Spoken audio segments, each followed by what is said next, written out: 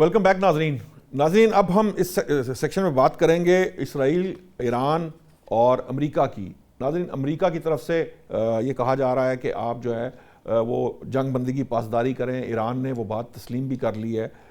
जो इसराइल है वो अभी तक उसकी तरफ से कोई ऐसा स्टेटमेंट नहीं आया। मामला उस वक्त शुरू हुआ जब ये इसराइल और ईरान के एक दूसरे पर हमले देखने में आए। अमेरिकी सदर जो हैं वो कहते सुने गए कि जी इसराइल को भी मना कर रहा हूं कि वो हमले ना करें, ईरान को भी हमले बंद कर देने चाहिए, बस ईरान ने मिज़ाइल दाग दिए हैं, काफ़ी है, बस अब मज़ीद आगे ना बढ़ें। तो ये जो एक तब्दीली आई है अमेरिकी प्रेसिडेंट के जिसे कह लें रवैये के अंदर या उनकी सोच के अंदर, और ख़ास तौर पर जब ये अमेरिका के अंदर ये बात वाज़े की गई है ट्रंप इंतज़ामिया की तरफ से कि वो जंग से बाहर निकल चुके हैं और इसराइल ये चाहता है कि अमेरिका किसी सूरत इस जंग से बाहर ना निकले। अमेरिकी सदर ने यह भी कहा कि इस हफ्ते इम्कान था कि हम मुआहदे पर दस्तखत कर लेते, तो वो चाहते हैं कि सफारती मामलात की तरफ दोबारा बढ़ा जाए। और साथ ही साथ जो एक बात सवालात के बाद उन्होंने ये भी कह दिया कि अगर फिर भी कोई मामला ना बना तो वो कमांडो एक्शन की तरफ जाएंगे। इस सारे मामले पे बात करने के लिए मुझे ज्वाइन किया ब्रिगेडियर हारिस नवाज साहब, दिवाई तजिया निगार हैं। डॉक्टर इरफान फ़ानी जो हैं वो माहिर आलमी अमूर हैं। फ़ारूकी साहब हमारे साथ ही हैं। मैं सबसे पहले ब्रिगेडियर साहब आपसे पूछना चाहता हूँ, एक तो ये बात बताइए कि जो मिलिट्री ऑप्शंस हैं जितनी भी हैं वो हम देख चुके हैं कि यूएस उससे कोई नतीजा नहीं निकाल सका। अब ये कमांडो एक्शन जो है जिसके बारे में अमेरिकी सदर कह रहे हैं, एक तो ये है कि ये करने से क्या हो जाएगा, और दूसरी बात ये है कि जो इसराइल मुसलसल ये कोशिश किए हुए है, क्योंकि जब भी अमेरिकी सदर ने उनको रोकने का कहा वो बाज नहीं आए। उन्होंने बैरूत पर भी हमले किए, लबनान पर भी हमले किए, ईरान को इश्तियाल दिलाया और आखिरकार इस नहज तक पहुंच गए कि एक दूसरे पर दोबारा हमले शुरू कर दिए और जंगबंदी जो है वो तकरीबन ख़त्म होती हमें नज़र आ रही है। तो ये जो इसराइल का किरदार है इसको कैसे कंट्रोल किया जाएगा? ब्रिगेडियर साहब देखिए, बात यह है कि एक तो बड़ी क्लियर बात होनी चाहिए कि Israel is totally controlled by America जी। अगर हम ये कहें कि उसकी बात नहीं माना, देयर इज नो क्वेश्चन। ठीक है। सारा वेपन, एमुनिशन, हर चीज अमेरिकन उनको देते हैं। इसलिए बेसिकली आई एम श्योर कि जो कुछ भी वहां लेबनान में हो रहे हैं या इजराइल कर रहा है, it will with the consent and the understanding of America. और 25% एरिया लुबनान का जो है वो इजराइल ने कब्जा कर लिया है जी। और ये कब्जा वो है जो वो परमानेंट रखना चाहता है ग्रेटर इजराइल के डिजाइन के अंदर।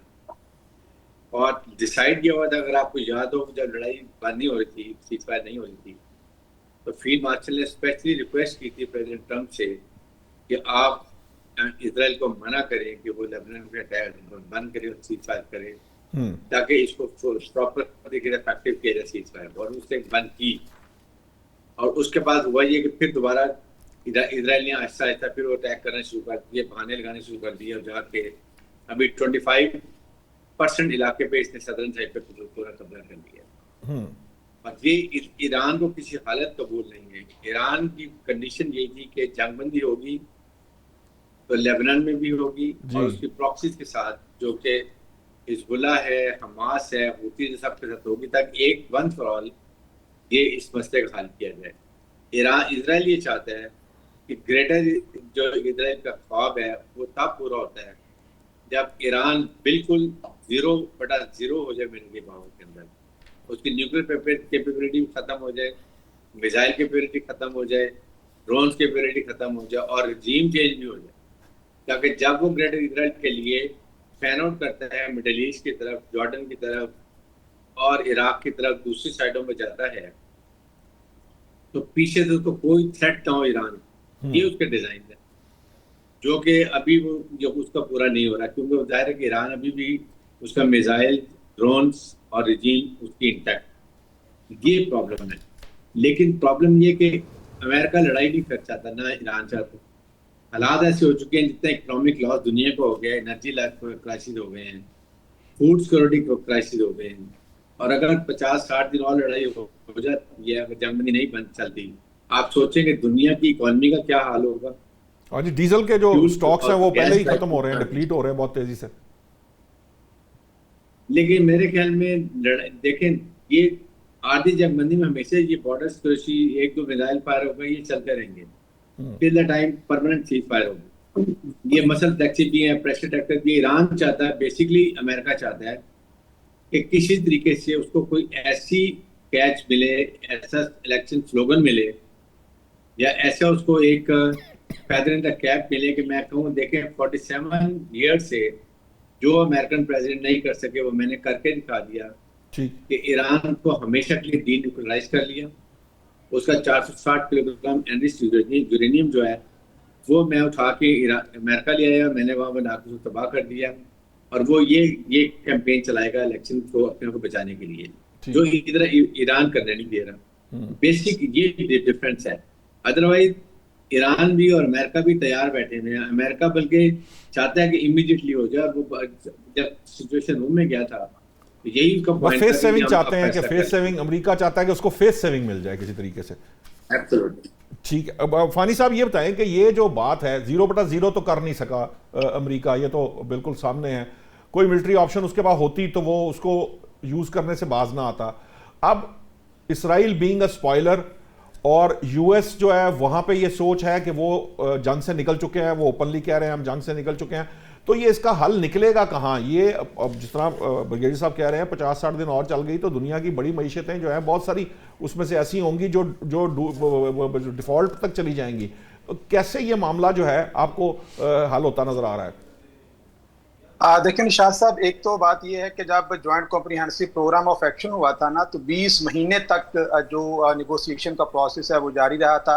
कोई 3 दर्जन से ज्यादा दोनों फ्री कैंप जो थे, एक तरफ अमेरिका था, यूरोपीय यूनियन और दीगर ममालिक ईरान को जो है वो प्रेशराइज कर रहे थे। और अल्टीमेटली फिर आप देखते हैं कि 20 महीनों की मेहनत शाका के बाद आप एक डील पर पहुंचे थे जो कि 2015 के अंदर हुई।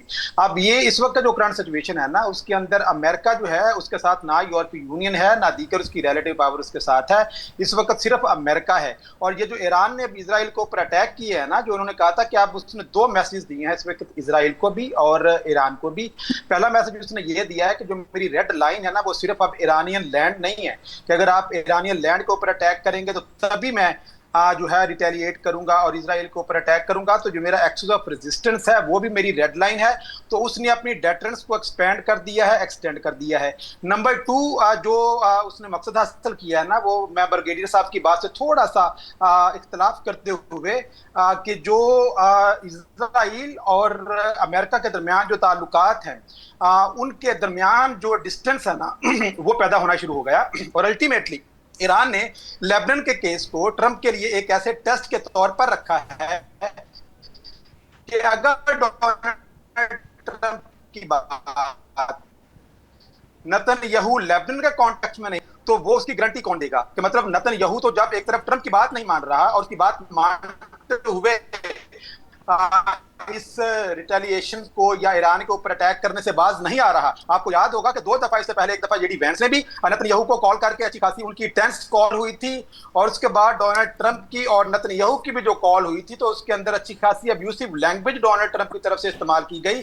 और आज से पहले अमेरिका और इजराइल की डॉक्टर साहब वो यूजुअली नहीं किया गया था। कहा जाता है कि ये मीडिया ऑप्टिक्स हैं, ये जो इस किस्म की चीज़ें होती हैं ये सिर्फ मीडिया ऑप्टिक्स के लिए, ईरान को सेटिस्फाई करने के लिए या उसके लिए, इसका हकीकत से कोई ताल्लुक नहीं है। अब अमरीकी सदर को ज़रूरत नहीं थी उसकी तस्दीक करने की, लेकिन उन्होंने की क्योंकि वो चाहते थे कि ये पैगाम जाए ईरान को भी और पूरे मीडिया को, दुनिया के मीडिया को। अदरवाइज़ वो जो है वो एक ही सिक्के के 2 रुख हैं। जो इसराइल और अमेरिका के अंदर कोई फ़र्क नहीं है, ये तो एक बात है। आज ईरान के जो तर्जुमान थे वो भी यही बात कह रहे थे कि जनाब ये हम इनको दोनों को अलग नहीं समझते। ये हो ही नहीं सकता कि ईरान जो इसराइल है वो कोई काम ऐसा करे जो अमेरिका की मर्जी ना हो, या अमेरिका को ऐसा काम करे जो इसराइल की मर्जी ना हो। जी नुशाद साहब, देखें जब आप इन दोनों की ताल्लुकात की तारीख को देखते हैं ना, तो मशरक़ वुस्ता के अंदर इजराइल के और अमेरिका का जो कन्वर्जेंस ऑफ इंटरेस्ट है ना, वो ईरान है। कि ईरान जो है वो एक दोनों का मुश्तरका एनिमी है और ईरान को एटॉमिक पावर नहीं होना चाहिए। लेकिन वो अमेरिका जो है उसके बहुत सारे अच्छे ताल्लुकात सऊदी अरेबिया के साथ, कतर, कुवैत, बहरीन के साथ हैं। और अमेरिका कभी नहीं चाहता है कि वो इजराइल के इंटरेस्ट को प्रोटेक्ट करते करते इस रीजन के अंदर भी अपनी तमाम जो रिलेटिव पावर है उसको कॉम्प्रोमाइज कर दे, और ग्लोबल लेवल पे भी जो उसकी जो पावर है उसको कॉम्प्रोमाइज कर दे। लिहाजा जहां पे कन्वर्जेंस ऑफ इंटरेस्ट है वो ईरान है और ईरान का न्यूक्लियर बॉम्ब ना बनाना है, और जहां पे डाइवर्जेंस ऑफ इंटरेस्ट है वो ये है कि 1970 के बाद एक पूरी दहाई लगाई थी अमेरिकन प्रेसिडेंट्स ने मशरक वुस्ता के अंदर अपने ताल्लुकात की बेहतरी के लिए, और यहाँ की हुकूमतों के अंदर इन्वेस्टमेंट उन्होंने करना शुरू किया था। लिहाजा इस कॉन्टेक्स्ट में उस सारी मेहनत के ऊपर अगर पानी फिरता हुआ अमेरिका देखेगा, तो इससे पहले आपने कब अमेरिका की तारीख में देखा है कि इजरायली लॉबी को इतना आपकी आवाज थोड़ी डॉक्टर साहब ब्रेक हो रही है, मैं चाहूंगा फारूकी साहब आपकी आवाज डॉक्टर साहब सही नहीं आ रही, मैं चाहूंगा कि वो ठीक कर ले। फारूकी साहब ये जो बात डॉक्टर साहब कह रहे हैं, आपको नहीं लगता कि मशरिक़ वुस्ता के जो मामलात हैं ये तो बहरहाल पहले जैसे अब नहीं रहे, यानी जो अमेरिका के इन्फ्लुएंस की और अमेरिका के कंट्रोल की या उसकी बात है, फर्क तो उसमें आ चुका है, यानी वो जैसे कहते हैं ना शीशे में बाल जब आ जाता है, हाँ कुछ नई ग्राउंड रियलिटीज तो पैदा हो चुकी हैं। लेकिन बहरहाल इसराइल और अमेरिका जो है उनके मुश्तरका मफादात भी हैं। फॉर सम रीजंस इसराइल को वो ग्रेटर इसराइल का हो या कोई और मामला हो, बैक जो जिसे कहते हैं ना प्रॉपर बैक तो इसराइल अमेरिका ही करता है इसराइल को। यूरोपियन यूनियन भी पीछे हटा, दूसरे रीजन्स भी पीछे हटे, लेकिन अमेरिका बिल्कुल उसके साथ खड़ा रहा है। तो आपको नहीं लगता कि ये जो फलसफा है कि जी जो मशरिक़ वुस्ता के अंदर सिर्फ ताल्लुकात के लिए वो इसराइल की बैकिंग से पीछे हट जाएगा, आपको लगता है कि ऐसा होगा? नहीं, देखिए इसमें बड़ी समझ की सोच विचार की ज़रूरत है अरब मुल्कों को और मुस्लिम कम्युनिटी, मुस्लिम ममालिक को, दुनिया भर के जो हैं। देखिए इसराइल की पावर क्या है अमेरिका के अंदर? एक पावर का एक सिंपल बहुत बड़ा जो है ना, उनकी जोश कांग्रेस है अमेरिका के अंदर, जो पूरी एक लॉबिंग करते हैं, उसमें हर तरह का उन्होंने इन्फ्लुएंस बंदा जो है ना वो शामिल किया। उनमें उनके रिपब्लिकन हो, डेमोक्रेटिक हो, इन पार्टियों में उनके लोग शामिल हैं। लॉबी इसराइल की इतनी मजबूत है अमेरिका के अंदर कि वो किसी भी प्रेसिडेंट को, किसी भी पार्टी को इसराइल से अब दूर नहीं जाने देते। लेकिन अब पहली बार ऐसा हुआ है कि उस कांग्रेस के अंदर भी इसराइल में जो बहस हो रही है वो ये कि हमारी सपोर्ट कितनी जारी रहेगी। सो उस सपोर्ट की वजह से, उसकी सपोर्ट कम होने की वजह से या कुछ डिवीजन होने की वजह से जो अमेरिका का फ्यूचर है, जो सियासी पस मंजर आएगा अमेरिका का, उसमें भी ये हो सकता है कि दोनों पार्टियों में जो भी हुकूमत में आए वो हो सकता है कि आइंदा के लिए अमेरिका इसराइल को उस तरह से सपोर्ट ना करे। मैं ये आपको समझता हूं कि मुझे जो लग रहा है वो ये कि ट्रंप को बहरहाल अपनी मिस्टेक का एहसास हो गया है। जो ट्रैप किया गया उन्हें एहसास ज़रूर कहीं ना कहीं है। ये नहीं हो सकता कि ट्रंप एकदम से अमेरिका को इसराइल की हिमायत से बाहर निकाल लें, क्योंकि बहुत सारी चीज़ों को सेटल करना है। पर इस वक्त देखिए अरब ममालिक जो हैं ये बड़ी अहमियत रखते हैं वहाँ पे। क्या अरब ममालिक इसराइल के करीब जाते हैं या अरब ममालिक का ईरान के साथ कोई कुर्बत बनती है? क्योंकि जो इख्तलाफात हैं ईरान के साथ उनके, वो बड़े शदीद नौइयत के हैं। वो खौफ व हरास की फ़ज़ा उनके लिए है। ईरान उनके लिए एक फियर रहा है। हाँ और इस वक्त भी उसी को तो बेचते रहे हैं, वेस्ट उसी को बेच के तो यहाँ आज भी इस बात को तस्लीम करें, वो बढ़ गया है। अच्छा, अब इसमें अगर तो ईरान ये कोशिश करता है कि अरब ममालिक के साथ उसकी कोई ऐसी अंडरस्टैंडिंग हो जाए, कोई ऐसा एग्रीमेंट हो जाए, वसी तर एक इत्तेहाद, कोई फौजी इत्तेहाद नहीं होता ये ऐसा जिसमें दोनों के लिए एक जो है तहफ़्फ़ुज़ हो, विन विन भी नहीं तहफ़्फ़ुज़ हो, एक ऐसा एग्रीमेंट हो जाए तो आप अरब मुल्कों को इसराइल के करीब जाने से रोक लेंगे। अगर इस अरब ममालिक ही इसराइल का अलायंस बन गए नया इन फ्यूचर, तो फिर बड़ा मुश्किल रहेगा। और फिर ये चीज़ जो है ओवरऑल दुनिया भर के मुसलमान ममालिक के लिए भी एक ख़तरे की घंटी होगी कि वो जो ग्रेटर इसराइल वाला मामला है वो उसको इसराइली हुकूमत कोई भी आई वहाँ पे, नेतन्याहू हो जो आने वाला को प्राइम मिनिस्टर वहाँ पे हो, वो उस सोच पे चलते रहेंगे। इस ग्रेटर इसराइल को रोकने में इस वक्त जो ईरान ने रोल प्ले किया है इसको अप्रिशिएट किया जाना चाहिए। देखिए दूसरा मुल्क जो है वहाँ पे जिसके साथ उसके तसादम के, या हालांकि उन्होंने ट्रेड भी कम कर दी, तुर्की है।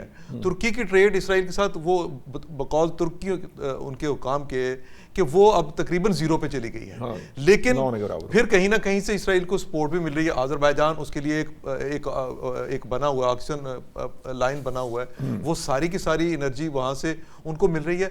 ये अगर थोड़ा सा मामला तब्दील हो गया और अरब ममालिक ने कहीं थोड़ा इत्तेहाद दिखाया तो अमेरिका को वो इस बात पे मजबूर कर सकते हैं या कह सकते हैं, जाहिर है अरब मुल्कों की भी अमेरिका में लॉबी है, वो अमेरिकी जो प्रेसिडेंट कोई भी हो, ये हो या बाद में आने वाले हों, उनको कह सकते हैं कि इसराइल की जो सरपरस्ती आप लोग कर रहे हो जिस तरह से, उससे हाथ पीछे खींच लो। ये एक मामला ऐसा हो सकता है साहब। ये जो और ईरान इसमें जो फारूकी साहब का जो एक पर्सपेक्टिव है वो ये है कि यहाँ पे इस वक्त चूंकि ईरान से खौफ खाता है अरब ममालिक और इसी को बेचता है वेस्ट, और ये इसी तरह से वो पैसे इकट्ठे करते रहे हैं डिफेंस के नाम पे, आर्म्स के नाम पे, ये जो बात फारूकी साहब कह रहे हैं कि प्रो इसराइल होने की तरफ जाने से बचाने के लिए मुस्लिम ममालिक को काम करना चाहिए, पाकिस्तान क्या किरदार अदा कर सकता है?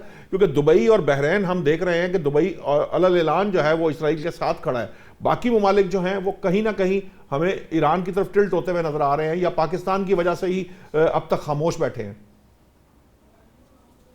देखिए, एक बात बड़ी क्लियर रखें, ये जो लड़ाई थी ईरान की और अमेरिका की इसराइल की, इसने फील्ड मार्शल यासिम मुनीर ने बहुत बड़ा काम किया है। और वो काम ये किया है कि कम अज कम ये ईरान की और खलीजी ममालिक जो सेक्टेरियन क्लैश था ना, वो एक तो हुआ है। नंबर 2, उनको ये यकीन दिलाया है कि देखें, आप don't go for self destruction. Iran petrochemical plants के ऊपर अटैक कर रहा था, सऊदी अरब पे जी, कतर पे अटैक कर रहा था, गैस फील्ड पे। वो लोग यहाँ आने के लिए तैयार अटैक के लिए, लेकिन फील्ड मार्शल ने बहुत समझाया, please don't retaliate, this will have self destruction. और जो इजराइल का ख्वाब है ग्रेटर इजराइल का, वो बड़े आराम से पूरा हो जाएगा।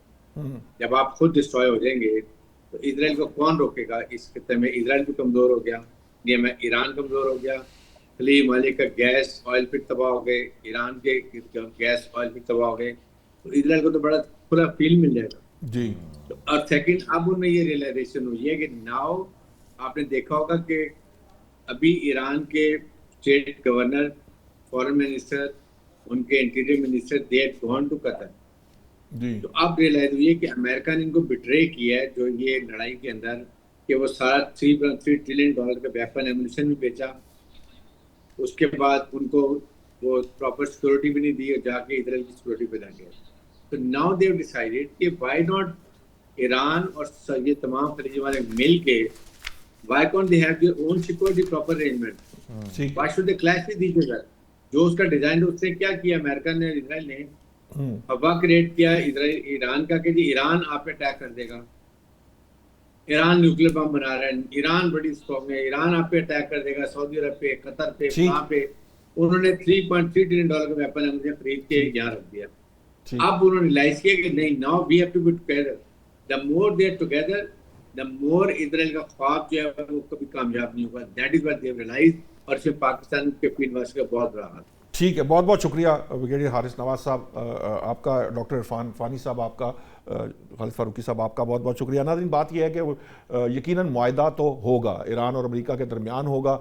इसराइल को रोकने के लिए जो इत्तेहाद है अरब ममालिक का और बाकी जो अजमी जितने भी ममालिक हैं, यानी इस्लामी ममालिक का इत्तेहाद बहुत ज़रूरी है। अगर ये इत्तेहाद नहीं होगा, ख़ास तौर पर जो सिक्योरिटी फ्रेमवर्क की बात की जा रही है, जो पाकिस्तान जिसके लिए बहुत एफर्ट्स कर रहा है, अल्लाह करे कि वो कामयाब हो, जब तक ये डेवलप नहीं होगा, ग्रेटर इसराइल के जो रास्ते को के अंदर खड़ा होना किसी एक मुल्क के लिए शायद मुश्किल होगा। बेहतर ये है कि जॉइन हैंड्स के साथ आगे बढ़ा जाए और इसराइल को जो है कट टू साइज़ किया जाए। आज तक के लिए इतना ही, कल नए मौज़ूआत के साथ हाज़िर होंगे। अल्लाह निगहबान।